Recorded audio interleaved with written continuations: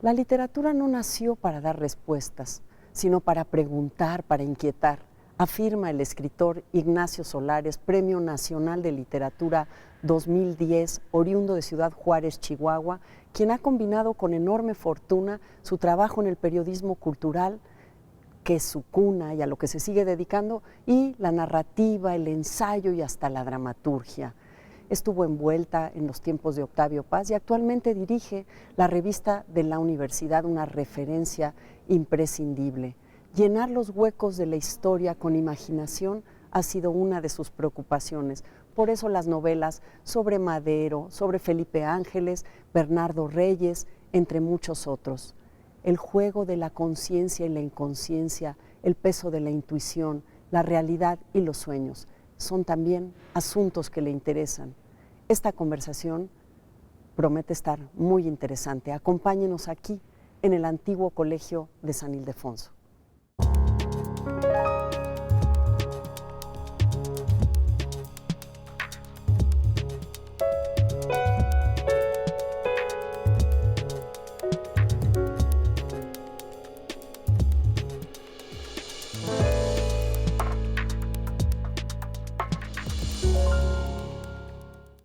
¿Qué tal, amigos? Estamos muy contentos esta noche de tener, como siempre, la compañía maravillosa de Mónica Lavín. Hola, Carlos. ¿Cómo estás, hola a Mónica? todos. Encantados. Y el invitado de esta noche es un escritor que nos ha deleitado, que nos ha dibujado nuestro panorama histórico, que nos ha seducido a lo largo de muchos años, el maestro Ignacio Solares. Ignacio, muchísimas gracias. Buenas noches, gracias por la invitación, Qué Mónica. bueno que estés aquí, siempre habíamos estado en tu cancha ahí en el programa de la UNAM. Pero es para mí un Ahora te lujo tocó. estar aquí con ustedes. Ya estamos del otro lado. Ahora estamos del otro lado, pero digamos que estamos casi del mismo lado. Claro. Porque la literatura y la cultura es lo mismo. Y el antiguo Colegio de San Ildefonso y el la antiguo UNAM. colegio de defensa es la UNAM. Sí. Qué gusto, ¿eh? Gracias, Ignacio. Yo quisiera entrar haciéndote esta cuestión, este cuestionamiento. Tú has señalado, el escritor está marcado por la necesidad constante de inventar un mundo. La gran mayoría de tu trabajo, no todo naturalmente, y hablaremos de eso, es sobre la historia de México. ¿Cómo se inventa o cómo se reinventa un mundo yendo a la historia, a hechos que ya ocurrieron? Allí hay un problema muy grave, porque yo parto del hecho duro. O sea, yo tengo una teoría. Los huecos que deja la historia, que deja huecos, los llena con la imaginación el escritor, el novelista. Lo que no se vale es llenar los huecos que deja la historia. Tengo por ahí un amigo que un día me dijo, porque yo que cuando estuviera don Porfirio, le inventó un amante. Le dijo, oye, pero es que yo he leído todo de don Porfirio y eso no está en ningún lado. Dice, no importa, el novelista puede inventar lo que se le dé la gana porque para eso está en la novela histórica. No lo creo, no lo creo. Exactamente, sí. ¿Por qué? Porque yo creo que a partir del dato duro, de lo que te da la historia, puedes imaginar. Lo que no puedes es imaginar de cero. Claro. Lo que no puedes es suponer algo que nunca sucedió. Entonces, Ignacio, ¿a qué te refieres cuando también dices que en la novela histórica se vale casi de todo? Naturalmente no estamos hablando de inventar de la nada. ¿A qué te refieres? ¿A la estructura, a la forma, a las herramientas? Se vale todo siempre y cuando partas de la realidad, del dato duro, de lo que te da la historia. A partir de ahí sí puedes suponer. Por ejemplo, yo veo en El sueño de Bernardo Reyes, este libro muy reciente tuyo, que haces algo muy interesante. Nos haces imaginar a Bernardo Reyes estar en su pellejo en este momento casi irracional y trágico, absolutamente trágico después del personaje que había sido ahí frente a Palacio Nacional, pero usas también las referencias y la documentación y haces un híbrido ensayo novela, ¿no? Yo así lo viví, me pareció muy interesante esa estrategia para este libro. Sí, porque yo estoy llegando a una cosa que yo llamo novela documental. Eso. O sea, que todas las referencias sean auténticas y que solo noveles los huecos que te deja la historia, que no son muchos, ¿eh? No. Entonces, me encanta la idea de ser historiador novelista. Eso. No novelista historiador. Y eso es algo reciente, eso lo estás probando ahora en la escritura, Bueno, no, digamos. no, bueno, como ya forma... bueno, de alguna manera, ya hablé el jefe máximo. Sí, cierto. Madero el otro tiene algo de eso, pero me encanta la idea de la investigación. Claro. De decir, bueno, realmente qué pasó según los historiadores. Y que sea patente, que se note. Y que ¿no? sea patente y que lo cite si es necesario. Claro. A mí me pareció eso delicioso. Eso me parece, sobre todo porque te voy a decir algo que me parece fundamental. El lector no es ingenuo. Entonces el lector sabe cuando le están dando información real y cuando están inventándole una amante de don Porfirio que nunca existió. Claro. Aunque vendas miles de ejemplares. Por lo menos el lector serio, el lector que nos importa, sabe. ¿Y cómo saltas este obstáculo, Ignacio? Siempre hay un pique entre los historiadores, académicos, muy serios, y los novelistas. No les gustamos mucho a los historiadores por fabuladores. ¿Cómo salvas tan gallardamente esta diferencia? Bueno, porque yo te diría que yo tengo muy buena relación con los historiadores, al contrario, todas mis fuentes y que son exhaustivas son históricas.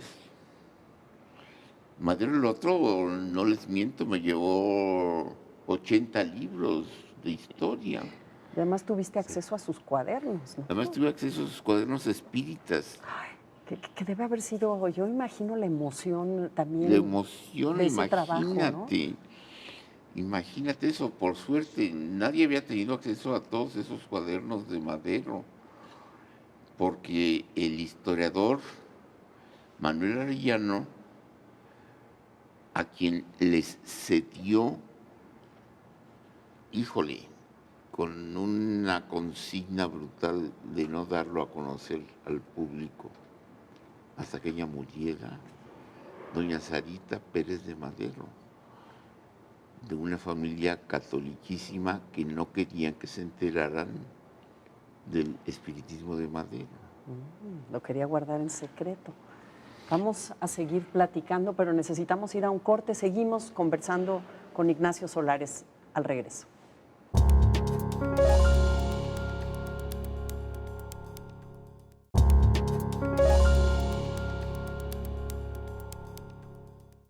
Villar lo esperaba al borde de la acera en la puerta central y delante de la valla de tiradores pecho a tierra. Había también un piquete de soldados recién llegados del cuartel de Teresitas, apostados contra la pared y con una sola rodilla en tierra. Permanecían todos inmóviles, como con la respiración contenida bajo aquel sol también fijo.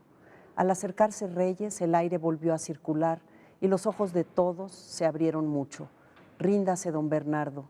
No tiene usted ninguna posibilidad de trasponer esta puerta. Le estoy hablando a nombre del presidente Madero, le gritó Villar, saliendo hasta la media calle, imperativo pero con cierto tono de afecto. Apártese de esta puerta, Lauro. Nada podrá impedir que pase yo por ella. Es a Madero a quien venimos a derrocar para salvar a la patria. Y Reyes continuó su avance, sonámbulo. Casi echó el caballo encima de las ametralladoras. Rodolfo, que iba detrás, le gritó: «Te matan, pero no por la espalda».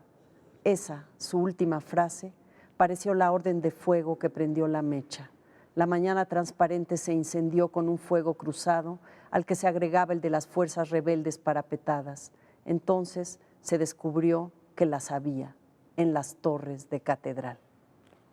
Esto que acabamos de escuchar es un fragmento de la espléndida novela documental de Ignacio Solares, Un sueño de Bernardo Reyes.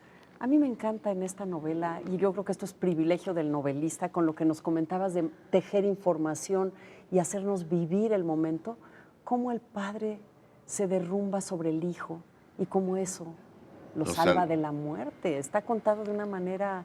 Y entonces también se habla de una relación padre-hijo, entre muchas otras cosas, de un momento que a mí me gusta la tesis, no sé si estás de acuerdo conmigo, Carlos, de que si Bernardo Reyes hubiese aceptado la candidatura, si la lealtad a Porfirio Díaz no hubiese sido así, otra historia tendríamos, ¿no? Así es. Fíjate que yo tengo una pequeña historia en la cual Bernardo Reyes llega a la presidencia y no hay revolución. Simplemente. Qué maravilla. Pero es que es muy factible, porque hubiera habido una transición pacífica si Porfirio Díaz le suelta el poder a Bernardo Reyes y él, que sabía gobernar, haber sido gobernador de Nuevo León durante varios años, un gran gobernador, él llega a gobernar este país. Era un hombre democrático, era un hombre liberal, muy inteligente. Muy fuerte, ¿no? También muy capaz de... Muy fuerte, muy como era en la época, ¿no? Y con una gran base social de apoyo, porque era muy popular. Llegó a tener todo el país a su favor, todo el país a su favor, según lo cuento ahí. Entonces, es lo que me preocupa de la historia y de la historia de los seres humanos. El if. Y sí. Y sí. Porque si llega Bernardo Reyes, nos evitamos una sangría brutal. Te imaginas todos los muertos que provocó la Revolución Mexicana, la Guerra Civil. Y luego todas las pugnas de poder, de todos modos, entre los diferentes líderes, ¿no? Y generales. Entonces yo digo, qué curioso, cómo es la historia enigmática cuando que a veces vemos una solución y no es cierto. Lo que va por debajo es lo que prevalece. Así es la historia de la humanidad y así es la historia de los seres humanos. Este país vivió una tragedia durante la Revolución y la Guerra Civil que pudo haberse evitado si llega Bernardo Reyes al poder, así de sencillo. Sí, y es lo que cuenta, aquí lo sentimos. Y en esta novela hay otro gran if. ¿Qué pasa si Madero manda a arrestar a Huerta cuando lo trae encañonado su hermano? Bueno, es eso, el otro if. Es que está lleno de if la historia. No, pero claro, cuando llega su hermano encañonándolo, diciéndole, es un traidor, lo acabo de detener en la pastelería El Globo, junto con Félix Díaz, junto con todos los confabuladores en contra tuya. Y Madero cede y le dice, General Huerta, aquí está su pistola, confiamos en usted, que en 48 horas resuelve el problema. Y 48 horas estaban todos a punto de ser asesinados, como Madero, el general Felipe Ángeles, el mismo Gustavo, que muere de una manera terrible. Gustavo. ¿Cómo las fortalezas de los personajes, la lealtad de Bernardo Reyes, esta generosidad de Madero, son sus fragilidades, ¿no? Bueno, es que Madero era un hombre muy frágil. Y yo creo que allí influye un elemento muy importante. Madero no era político. Madero era un místico. Claro. Y además... Y Madero era un espiritista. Sí, por eso tú... A mí me intriga mucho, habíamos dejado pendiente esa conversación. ¿A ti te ha gustado este tema de lo onírico o de lo otro, de eso que no se explica por las razones, que tiene que ver con el inconsciente? Creo que Erich Fromm, incluso estuviste... En clases con él. En clases con Erich Fromm, y eso es parte de lo que te llevó a Madero. Me supongo que las dos Bueno, a ideas. mí lo que me impresiona mucho es que la historia humana no está hecho, no está hecha para la felicidad, está hecha para la tragedia. ¿Por qué? Porque en los comunicados espíritas con Madero, desde 1903, le advierten: tú estás designado para hacer una revolución y derrocar al tirano, pero para que una revolución fructifique, debe ser bañada en sangre. Esto se lo dicta un espíritu en 1903, y ya es de ahora a perdonar a quien te sacrifique, que es Victoriano Huerta. Haz de cuenta que estamos viviendo nuestra historia, más que una historia de Hollywood, que sería maravilloso, es una historia shakespeariana. Sí, Claro, completamente. claro. Y también con resonancias cristianas. Es un Cristo dejándose crucificar ahí Pues sí. para redimir a no sé quién, pero Ignacio, tenemos que hacer una pausa. Sigamos aquí en Palabra de Autor. No se vaya.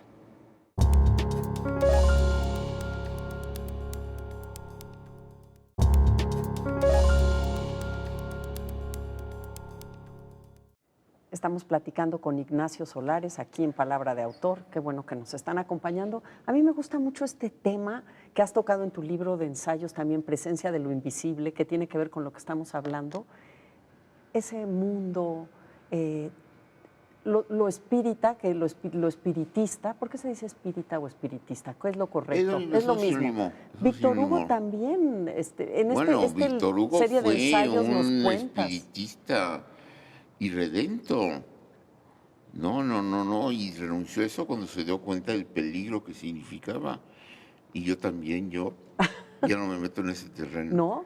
¿Pero por qué a No. Nacho Solares le interesó? Cuando escribes, ¿tú sientes que también hay Porque algo? me interesa todo lo que sale de la normalidad y de la realidad.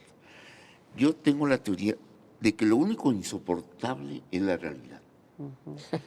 Todo lo que salga de allí es bienvenido. Entonces tú habitas esa otra vida cuando escribes y lees, ¿no? Cuando escribo y leo, yo pienso que es terreno muy delicado. Claro.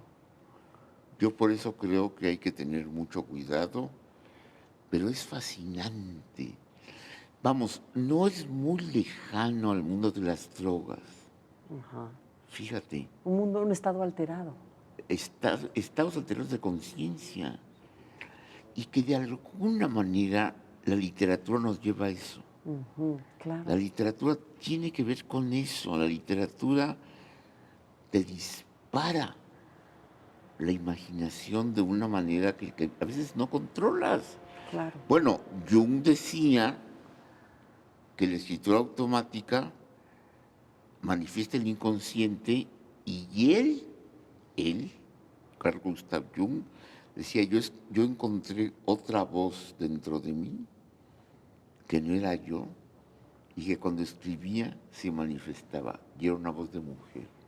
Ay, qué Ay, interesante. todo esto me parece, junto a Fascinante. toda esta realidad tan absurda que vivimos, me encanta el que se manifieste otro mundo. Claro, otro Sí, mundo. sí hubo un gran personaje en nuestra historia y por consiguiente un gran personaje de tu trabajo como dramaturgo y como novelista. Naturalmente estamos hablando de Calles. Es un hombre que vivió entonces en los dos mundos, en el mundo de la realidad. Yo no creo que haya habido nadie más realista que Calles, y que en sus últimos años, tú lo planteas espléndidamente, en la obra de teatro y en la novela, como un gran espiritista.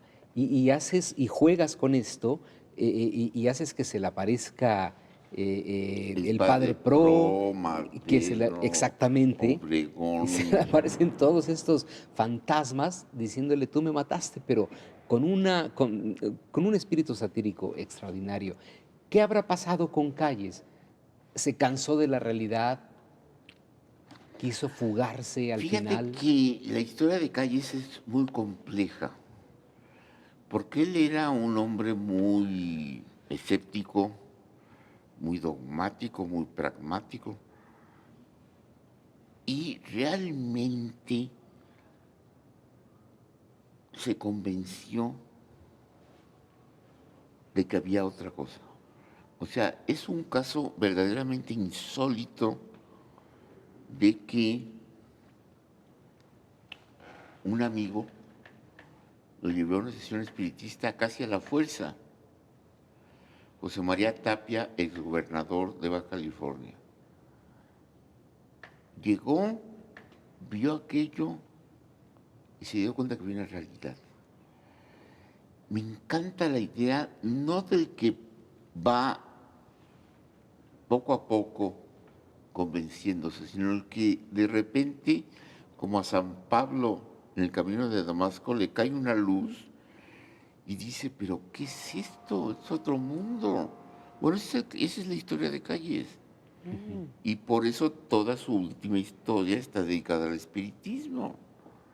Absolutamente. Pero además, como era un hombre tan pragmático, se dedicó a que hubiera un notario que diera fe de las sesiones espiritistas a las que iba y a las que fueron una gran cantidad de políticos, escritores, intelectuales. Me encanta esto de que todo lo que sale de la realidad, de repente explota y adquiere una luz particular y única. Y a mí me parece muy interesante que tú hayas estado buscando estos casos, ¿no? Como un coleccionista de casos, no solo en la historia, sino ahí tienes a Sartre, ¿no? En tu libro de las presencias invisibles, ahí vas con Santa Teresa. Y nos despliegas un acordeón de esa dimensión. Sobre todo porque, te repito, lo único que me parece insoportable es la realidad real. Todo lo que sale de allí me parece maravilloso. Y sobre todo yo busco otros mundos. Este me parece insoportable. Ignacio, agradecemos enormemente, no solamente tu presencia aquí en el programa, sino que nos hayas traído a lo largo de tus libros, a lo largo de tantos años y que lo seguirás haciendo, tantos mundos diferentes, otras realidades, otros sueños. Te queremos dar las gracias. No, me al contrario, gracias a ustedes porque es un privilegio para mí. Gracias, estar con dos personas tan inteligentes, tan preocupadas por esos otros mundos, y qué maravilla. Tú nos hiciste andarnos preocupando por Mónica esos Lavín, mundos. pues nos veremos en la próxima, ¿no? Nos vemos, Carlos, la semana Muchas siguiente. gracias, amigos. Sigan sintonizando y nos vemos en la próxima entrega de Palabra de Autor. Que estén bien. Lo mandé llamar General Reyes porque hay un asunto que debemos hablar cuanto antes y no podemos posponer más. Ni siquiera como en otras ocasiones le preguntó por la familia o le ensalzó algún logro de su trabajo. Reyes apretaba los puños, conteniendo ahí el nerviosismo y la curiosidad. Estoy a sus órdenes, señor presidente, como siempre lo he estado. Y Díaz se dirigió a uno de los sillones de cuero. Reyes lo siguió. Aún sentado era imponente la figura de Díaz, con la barbilla alzada, impasible, las cruces y las estrellas del pecho destellando como pequeños soles. Sus ojos helados, desconocidos, lograron poner aún más nervioso a Reyes. Sabe, supongo que lo sabe, que he pensado en usted para sucederme en la presidencia. Pero he de advertirle que aún no me pienso marchar. En su mirada nació una chispita de orgullo. Necesito un periodo más en la presidencia para concluir obras y programas que tengo pendientes. Señor presidente, le agradezco la deferencia y el apoyo que ha dado usted siempre a mi persona y a mi trabajo. No creo exagerar si le digo que en buena medida cuanto he logrado, se lo debo a usted. Las cosas se harán como usted diga, y en el momento en que usted diga, le debo una solidaridad incondicional. Reyes sabía que en esos momentos echaba por tierra cuanto se había propuesto por llegar a la presidencia de la República. Pero era cierto, le debía una fidelidad incondicional a quien tanto admiraba y a quien tanto lo había ayudado.